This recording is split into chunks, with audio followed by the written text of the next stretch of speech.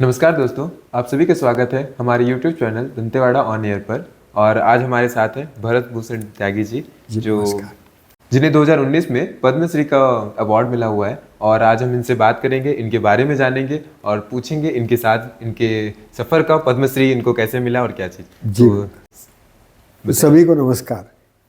मेरा नाम भारत भूषण त्यागी है और मैं जनपद बुलंदशहर उत्तर प्रदेश का रहने वाला हूँ।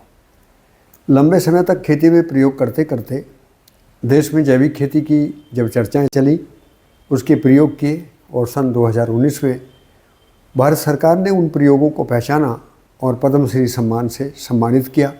मैं भारत सरकार के भी और भारत की पूरी जनता के प्रति भी हृदय से कृतज्ञ हूँ। और आज हम आए हैं छत्तीसगढ़ दिव्य भूमि में। मैं इसको दिव्य भूमि क्यों कहता हूँ, क्योंकि मेरा यहाँ से लगाव रहा है। और ख़ास तौर से दंतेवाड़ा में जो एक कार्यक्रम हुआ जैविक खेती को लेकर, उसमें आना हुआ और उसी सिलसिले में आज हम यहाँ बैठकर बातचीत कर रहे हैं। सभी किसान भाइयों का और सभी क्षेत्रवासियों का हृदय से साधुवाद, नमस्कार। जी बिल्कुल। और आज हम इनसे बात करेंगे कि इन्होंने ऑर्गेनिक फार्मिंग पर जो इनको पद्मश्री मिला हुआ है। हाँ, तो ऑर्गेनिक फार्मिंग हमारे व्यूवर्स को आप बताएंगे ऑर्गेनिक फार्मिंग क्या है और किस तरह से ये ऑर्गेनिक फार्मिंग जो आजकल बहुत ज़्यादा चल रहा है, जिसके ज़्यादा चलन है, आप उसे सरल शब्दों में समझाएं हमारे व्यूवर्स के लिए। बहुत बढ़िया है। विशेष रूप से खेती एक ऐसा विषय है कि जिसको हम हर मनुष्य के साथ जोड़ सकते हैं, क्योंकि शुद्ध भोजन, पर्यावरण, पानी और स्वास्थ्य की दृष्टि से कहीं ना कहीं हम प्रकृति के साथ जीते ही हैं। वो हमारी आवश्यकता भी है, अनिवार्यता भी है। इस दृष्टि से खेती में परिवर्तन की आवाज़ पूरे देश और दुनिया में उठी, क्योंकि जिस प्रकार रासायनिक खेती में अनावश्यक ऐसी चीज़ों का प्रयोग हुआ और जिनके द्वारा पर्यावरण को भी नुकसान हुआ, प्रकृति को भी नुकसान हुआ, स्वास्थ्य को भी नुकसान हुआ, और बड़ी बात तो यह है कि किसानों को आर्थिक दृष्टि से बड़ा नुकसान हुआ। आज का जो विषय है कि जैविक खेती किस प्रकार से हमारे गांव के लिए, हमारे किसानों के लिए, हमारे देश के लिए और सभी लोगों के लिए कैसे आवश्यक भी है, उपयोगी भी है, इस सच्चाई को हमको समझना है। तो साथियों, हम इसकी एक शुरुआत करते हैं। हम बताना चाहेंगे कि जब भी कोई कार्य योजना राष्ट्रीय स्तर पर बनाई जाती है या उसको पूरा करने का इरादा बन जाता है, उसके 3 चरण हैं। पहला चरण है हम उस योजना की उन वास्तविकताओं को समझें जो वास्तविकताएं कहीं ना कहीं जिनका अस्तित्व है, जो एक निश्चित व्यवस्था के रूप में है, निश्चित नियम के रूप में है, अर्थात उन्हें मनुष्य ने नहीं बनाया है। जैसे खेती और प्रकृति का रिश्ता है, तो खेती और प्रकृति के बीच में जो संबंध है, उसमें प्रकृति की जो वास्तविकताएं हैं उनको समझना हमारी महत्वपूर्ण आवश्यकता है। लेकिन हमसे एक चूक हुई है कि हमने प्रकृति के सिद्धांतों को नहीं समझा, नियम और व्यवस्था को नहीं समझा, और हमने कहीं ना कहीं आधुनिकता के प्रभाव में कृत्रिमता को लेकर अपनी मनमानी से कुछ इस तरीके के प्रयोग किए, और उनको हम कहते हैं लागत आधारित खेती। साथियों, वो लागत रासायनिक खेती में भी थी और वो लागत आज जैविक खेती में भी हम प्रयोग कर रहे हैं। जब तक हम लागत आधारित खेती की बात करते रहेंगे, कहीं ना कहीं कार्य योजना में अधूरापन रहेगा। किसान भी इसको पूरी तरीके से नहीं समझ पाएंगे और जो संबंधित विभाग हैं वो भी भरपूर प्रयास के बाद में उसको पूरी आकार तक ले जाने में असमर्थ रहेंगे। उसका कारण यह है कि किसी भी कार्य को करने के पीछे तन, मन, धन तीनों की एक महत्वपूर्ण भूमिका है। मन का मतलब है समझना, तन का मतलब है श्रम का नियोजन करना, और धन का अर्थ है सुविधा और वस्तुओं के आधार पर कार्य को गति देना। लेकिन जब हम केवल बजट के नाम पर केवल पैसे को देखते हैं और मानसिक और शारीरिक निवेश को समझेंगे नहीं, तो कार्य में अधूरापन रहेगा। तो आइए आज जैविक खेती की एक संपूर्णता में सफलता की कामना के साथ में हम एक चर्चा करते हैं। और मैं किसान भाइयों के साथ में सभी लोग जो जैविक खेती से जुड़े हैं उनके लिए संदेश देना चाहता हूं कि जैविक खेती के 3 चरण हैं। पहला चरण है प्रकृति के नियम और सिद्धांतों को समझना। क्या है समझना? जैसे प्रकृति में समृद्धि का नियम है, लाभ नहीं है। ये सहअस्तित्व में मूल सूत्र है। जब हम प्रकृति में धरती, पेड़ पौधे, पशु पक्षियों को और मानव को साथ साथ देखते हैं तो मानव के क्रियाकलाप ही धरती, पेड़ पौधे और पशु पक्षियों के विरोध में हैं, जबकि न धरती में कोई विरोध है, न पेड़ पौधों में कोई विरोध है और न ही पशु पक्षियों में कोई विरोध है। इस प्रकार ये समझ में आता है कि मनुष्य को अपनी दृष्टि में, अपनी समझ में परिवर्तन की ज़रूरत है। और क्या करें कि हम करने से पहले समझें। अभी हमारा अभ्यास क्या है, हम समझे बिना ही करने की तरफ दौड़ जाते हैं और इसीलिए हमने नाना प्रकार की लागत, खाद, बीज, दवाइयों के चक्र में फंसकर जैविक खेती में बहुत सारा समय लगाया और जिसमें वांछित सफलता नहीं मिली। तो अब पहले चरण को पूरा करते हैं। जैविक खेती के मौलिक रूप से एक ही सूत्र है, उसका नाम है सह अस्तित्व। अर्थात धरती पर सभी व्यवस्थाएं, सभी वस्तुएं व्यवस्था में साथ साथ हैं, उनमें पूरकता है, उनमें विरोध नहीं है। कोई भी एक क्रिया दूसरी क्रिया के विरोध में काम नहीं करती है। न चींटी है, न हाथी है, न घास है, न बड़े वृक्ष हैं। सब धरती, मिट्टी, पत्थर, हवा, पानी, पेड़ पौधे, पशु पक्षी सभी एक पूरकता और उपयोगिता के साथ सजे हुए हैं, जिनमें वनस्पतियाँ अपनी बीज परंपरा में काम कर रही हैं, पशु पक्षी अपनी वंश परंपरा में काम कर रहे हैं और धरती अपने भौतिक रासायनिक क्रिया को समृद्ध रूप में बनाए हुए है। साथियों, समझना ये था कि मनुष्य यदि समझता है तो गुणात्मक उत्पादन क्रिया तो धरती में है। एक दाना जमीन के अंदर डालते हैं, अनेक दाने पैदा होते हैं। एक खेत है, उसमें हम एक फसल भी लगा सकते हैं और अनेक फसल भी लगा सकते हैं। तो जब प्रकृति बहुत कुछ देने के लिए तैयार है और हम उसको छोटी नज़रों से देखेंगे तो कहीं ना कहीं असफलता होगी। तो क्या करना है हमको? पहला नियम है, प्रकृति में समृद्धि का सिद्धांत है। अर्थात प्रकृति में कहीं कम देकर ज़्यादा लेने की प्रवृत्ति है ही नहीं। लाभ क्या कहता है? लाभ में कम देना और ज़्यादा लेना तभी लाभ होगा। लेकिन समृद्धि में क्या है? पूरकता के आधार पर ही संबंध पूर्वक समझना है, संबंध पूर्वक जीना है, पूरा देना है, पूरा लेना है। इससे ही मनुष्य को तृप्ति मिलेगी। दूसरा नियम है विविधता। हम एक ही खेत में अनेक फसल कैसे लगाएं? इससे क्या हो जाएगा? हमारा एक ही खेत जो पहले एक फसल देता था, उससे हमको 9, 10, 12 फसलों का उत्पादन मिलेगा। अब सवाल उठता है कि उसको लगाएंगे कैसे? इसके लिए हमें खेत की नाप तोल, उसके उत्पादन घनत्व को समझना, लंबाई, चौड़ाई, गहराई और ऊंचाई में किस प्रकार फसलों का उत्पादन लिया जा सकता है, उस नियम को समझते हैं तो पता लगता है कि मेरे खेत में लंबी अवधि के लिए उत्पादन क्रिया प्रारंभ हो जाती है। आज भी हम देखेंगे तो धरती इसी प्रकार सजी हुई है। कोई पेड़ 50 फुट ऊंचा है तो कोई ज़मीन की सतह पर उत्पादन देता है, तो किसी का कंद ज़मीन के अंदर ही उत्पादन के रूप में हमको मिलता है। इस सच्चाई को समझने के साथ साथ चौथा नियम है इकोलॉजी। कृषि का इकोलॉजी का गहरा रिश्ता है। इकोलॉजी का मतलब है हर क्षेत्र का वर्षामान, तापमान और ऋतुमान। मौसम बदलता है, बरसात होती है, गर्मी सर्दी आती है। इसी प्रकार से हम फसलों को लगाते भी हैं, निकालते भी हैं। लेकिन बाजार के कारण हमने ऋतुकाल को देखना बंद कर दिया। हम मौसम को देखते ही नहीं, हम व्यवस्था को देखते ही नहीं। हम अपनी मर्जी से कुछ करना चाहते हैं, अपनी मनमानी से कुछ करना चाहते हैं। साथियों, यह असफलता का मूल कारण है। हमको जैविक खेती में सफल होना है तो प्रकृति के चारों सिद्धांतों को, समृद्धि का सिद्धांत, विविधता का सिद्धांत और घनत्व का सिद्धांत और नैसर्गिकता का सिद्धांत, ये हमको समझने की ज़रूरत है। जब हम इसको समझकर खेत में जाते हैं तो हमको लगता है कि खेत में एक सुंदर आकार उभरता है और उसमें हम 3 प्रकार से फसलों को लगाते हैं। खेत की मेड़बंदी को कैसे सजाएं? हमारी खेत की मेड़बंदी पर फलदार पौधे भी हो, इमारती लकड़ी भी हो, जड़ी बूटियाँ भी हों, पशुओं के लिए चारा भी हो और कंद वाली फसलें भी हों। तो 4-5 प्रकार की फसलें हम मेड़ पर लगा सकते हैं, जो मेड़ आज हमारी खाली पड़ी है। इसको कहते हैं बायोडाइवर्सिटी को संरक्षित रखना, उसको बढ़ाना। साथियों, इससे केवल बायोडाइवर्सिटी नहीं बनती, हमारा रोजगार भी बढ़ता है, हमारी आमदनी भी बढ़ती है। हम 1 एकड़ ज़मीन की बाउंड्री से ही केवल लाखों रुपए निकाल सकते हैं। अब आते हैं हम अंदर खेत में। वहाँ खेत में हम 2 चैप्टर में काम करेंगे। पहला चैप्टर है कि हम एक ऐसा क्षेत्र चयनित करेंगे जिसमें हम लंबी अवधि की फसलें लगाएंगे। एक पौधा आज बीज लगाएंगे, वो 50 साल तक चलेगा।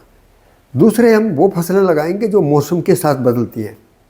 तो इन दोनों फसलों का तालमेल लगाते हुए हम एक क्षेत्रफल का नाम रखेंगे पेरेनियल जोन, उसको बोलते हैं लंबी अवधि की फसलों का क्षेत्र।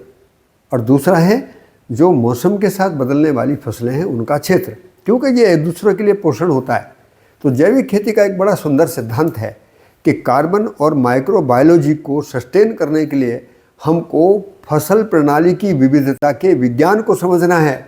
किस प्रकार से अनेक फसलें जड़ों के द्वारा एक दूसरे का पानी भी देती हैं, सिंचन भी करती हैं और पोषण भी करती हैं। ये प्राकृतिक विज्ञान है। हर समय बरसात थोड़ी होती है साथियों, बरसात तो साल भर में कुछ ही समय आती है। तो फिर ये वृक्ष पूरे वर्ष तक कैसे खड़े रहते हैं, ये पानी कैसे लेते हैं? तो इनके ये हवा से भी पानी लेते हैं और ये अपनी जड़ों के द्वारा आपस में भी आदान प्रदान करते हैं। जिस प्रकार हम लोग जिस प्रकार से सांस लेते हैं वहाँ भी नमी होती है, पानी पीते हैं वहाँ भी सिंचन है, भोजन लेते हैं वहाँ भी नमी होती है। तो एक नमी के संतुलन को बनाए रखने के लिए ठोस तरल विलर रूप में किस प्रकार से प्राण कोशिका काम करती है, ये विज्ञान जैविक खेती को समझना है। किसान भाइयों, ये कोई भारी बात नहीं है। हमारे पूर्वज तो ऐसे ही करते थे, बहुत सारी चीज़ें उनके पास से हमको लेना है। आज हम आधुनिकता में उस विज्ञान को समझना है। तो इस प्रकार से मैंने 4 तो नियम आपको बताए। 4 ऐसी प्रक्रियाओं पर आपका ध्यान दिलाऊंगा जहाँ पर हमको बहुत ज़रूरी समझना है। जैसे दूरी का नियम, किस पौधे के साथ किस पौधे को लगाना है, कितनी दूरी पर लगाना है, उसका विस्तार कितना होगा, कितनी लंबी अवधि तक वो मुझे उत्पादन देगा। तो यहाँ पर पता लगता है कि जितने दीर्घजीवी पौधे हम लगाएंगे उतना ही हमको श्रम कर्म करना होगा और उत्पादन हमको ज़्यादा मिलेगा। क्योंकि एक आम का पौधा हमने एक बार लगाया है और वो 40-50 वर्ष तक हमको उत्पादन देगा, तो फिर हमारी गरीबी का कारण क्या है? तो इसके लिए हम धीरे धीरे दूरी का नियम, फिर हम समय को समझेंगे कि ऋतु काल के साथ हमको फसलों को लगाना है, निकालना है। हम बाज़ार के चंगुल में नहीं फंसेंगे, क्योंकि बाज़ार की आवश्यकता तो है लेकिन प्रकृति का विरोध करके नहीं। हमको दोनों के बीच में संतुलन बैठाना है, क्वालिटी का ध्यान रखना है। तीसरी बात है, हमको बीज सूत्र को भी समझना है, किस एरिया में किस प्रकार के बीज होते हैं। और आज देसी बीजों को लेकर पूरे देश में जो अकाल आया है, तो मैं छत्तीसगढ़ में विशेष रूप से दंतेवाड़ा क्षेत्र के लिए किसानों को साधुवाद दूंगा कि यहाँ पर बहुत सारी देसी वैरायटियाँ हैं, सब्जियों की भी हैं, अनाज की भी हैं, दाल की भी हैं, तेल वाली फसलें भी होंगी, फल भी होंगे। सबको संजो कर रखें, संभाल कर रखें, ताकि वो आने वाले समय में आपके लिए वही समृद्धि का आधार बनेंगे। इसी के साथ साथ में आपको पशु पक्षियों की वंश परंपरा पर भी ध्यान देना है। साथियों, खेती केवल गाय से नहीं होगी, ऐसा विचार हमारे मन में आता होगा। खेती तो प्रकृति की व्यवस्था के साथ जीना है, लेकिन यहाँ पर जितने भी जीव जंतु हैं वो भी कहीं ना कहीं प्रकृति की उर्वरता में ही काम करते हैं। इसलिए कुछ हमको अच्छे लगते हैं, कुछ बुरे लगते हैं। ये जो माइंड सेट है ये हमको चेंज करना है। प्रकृति की व्यवस्था में सभी की निश्चित भागीदारी है। एक विषय हुआ कि जैविक खेती में हमको क्या परिवर्तन करना है, तो समझना है, सीखना है और करना है। ये 3 क्रियाओं का योग है। अब बात आती है कि हम आर्थिक दृष्टि से इसको कैसे देखें। तो साथियों, मैं सभी देशवासियों को भी और विशेष रूप से छत्तीसगढ़ के प्रति कृतज्ञ हूँ इस बात को लेकर कि हमने समझने जीने का एक रास्ता हमको यहाँ से मिला। उसी के आधार पर मेरा यहाँ आना हुआ और मैंने यहाँ पर विभाग के स्तर पर आदरणीय जिलाधिकारी महोदय, SDM जो भी अधिकारी हैं, कृषि विभाग के निदेशक हैं, और भी मैंने यहाँ पर बहुत सारे लोगों से मेरी बात हुई और कल कम से कई 100 लोग किसानों से मेरी बात हुई। मुझे बहुत अच्छा लगा, क्योंकि यहाँ पर बहुत बड़ी संभावनाएं हैं। लेकिन अब हमको आर्थिक दृष्टि से जो हमारा मनोबल कमज़ोर हुआ है उस मुद्दे पर ध्यान देना है। मैं अपने चैनल के माध्यम से, क्योंकि ये चैनल तो मेरा ही चैनल है ना, जो किसानों की आवाज़ को उठाता है, छत्तीसगढ़ में जो एक इरादे से एक बहुत सही विचार को जनता तक पहुंचाता है। तो मैं इन सब नौजवान साथियों के प्रति भी कृतज्ञता करते हुए, इनको बधाई देते हुए कहूँगा कि अब हमको अर्थचिंतन पर विशेष रूप से ध्यान देना है। कि कृषि का अर्थशास्त्र कैसे कमज़ोर हो गया, इसके लिए मैं 2 उदाहरण देना चाहूँगा। साथियों, Indian agriculture research institute Pusa के माध्यम से 1976 से खेती करते हुए 85 तक मुझे पता लगा कि हमारा उत्पादन बढ़ा है, लेकिन हमारी आमदनी नहीं बढ़ी है। इसका एक हमने डाटा निकाला। डाटा निकालने पर पता लगा कि मैंने जुताई के लिए जो ट्रैक्टर लिया है उसको मैंने बाज़ार से ख़रीदा है, उसके लिए बैंक से ऋण लिया है। मेरा ट्रैक्टर खेत में 30 दिन चलता है, ऋण मुझे 365 दिन देना पड़ता है। और उसके साथ साथ एक बड़ी विडंबना ये है कि जब भी मैं चाबी लगाता हूँ तो मुझे डीजल बाज़ार से लाना पड़ता है और मुझे उसकी मरम्मत बाज़ार में करानी पड़ती है। कोई पुर्जे में खराबी होती है तो बाज़ार से लेना पड़ता है। तो पता लगा जुताई का काम बाज़ार ने ले लिया। इसी प्रकार से सिंचाई के सारी मशीन, ईंधन, पुर्जा, मरम्मत बाज़ार से, खाद बाज़ार से, बीज बाज़ार से, दवाई बाज़ार से। तो खेती किसने की? खेती बाज़ार के द्वारा की गई। ये था खेती का बाज़ारीकरण। अभी बात यही नहीं रुकी है साथियों। मैं उत्पादन बेचने कहाँ गया? बाज़ार में। कीमत किसने लगाई? बाज़ार ने। मैं फिर भी ठगा सा रह गया। इसके बाद में मैं अपने ही गेहूं का दलिया खरीदने बाज़ार में पहुंचा तो प्रोसेसिंग किसने किया? बाज़ार ने। मूल्य संवर्धन किसने किया? बाज़ार ने। उत्पाद की कीमत किसने तय की? बाज़ार ने। तो मेरे साथ ये घटना घटी क्या कि मैं उत्पादक होकर एमएसपी पर पिटा और मैं उपभोक्ता की दृष्टि से जब बाज़ार गया तो एमआरपी पर पिटा। तो मेरे गांव की आर्थिक स्थिति कमज़ोर होने के पीछे कारण है कि ना तो हम उत्पादक होकर ही कुछ कमा पाए और ना ही हम उत्पादक होने से आगे कुछ खेती में कर पाए। धरती तो एक दाने से 1000 दाने देती है। यहाँ मेरे मन में एक सवाल खड़ा हुआ था।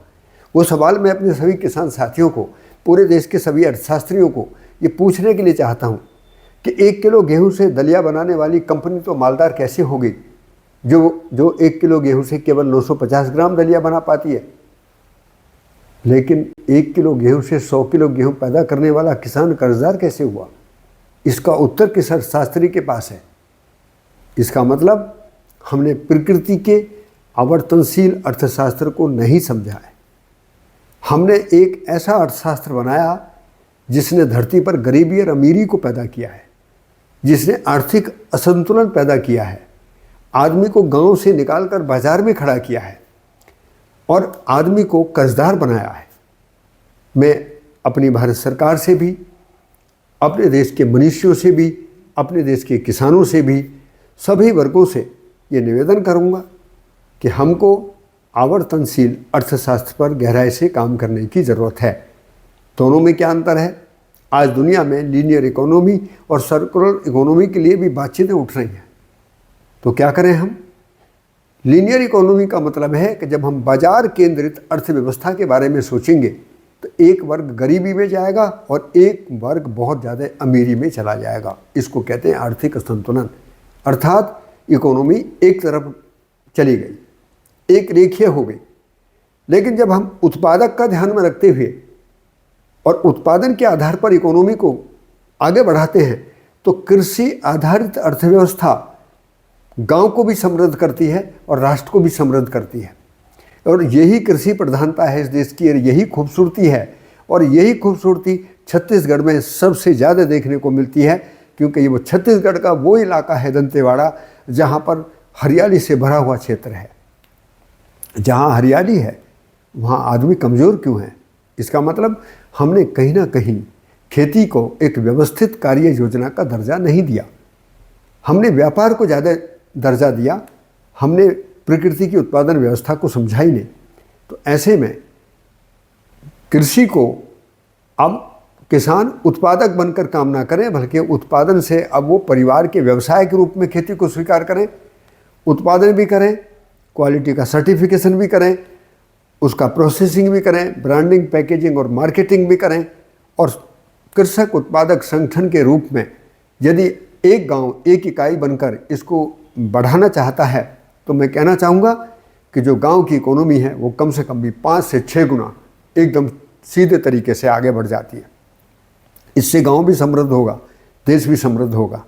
और भारत के यशस्वी प्रधानमंत्री नरेंद्र मोदी जी को मैं इसके लिए साधुवाद देता हूँ कि उन्होंने इस मौलिक परिवर्तन के लिए कम से कम देश में कृषि में किसानों की आय बढ़ाने की बात, आत्मनिर्भरता की बात, गांव को और भी ज़्यादा स्वावलंबी बनाए जाने की बात, कृषक उत्पादक संगठनों की संरचना के लिए, यहाँ पर किसान भाइयों को भी एक बात समझने की है। साथियों, भारत सरकार जो पैसा देती है, अनुदान और मदद के रूप में जो पैसा देती है, वो प्रोत्साहन के लिए देती है।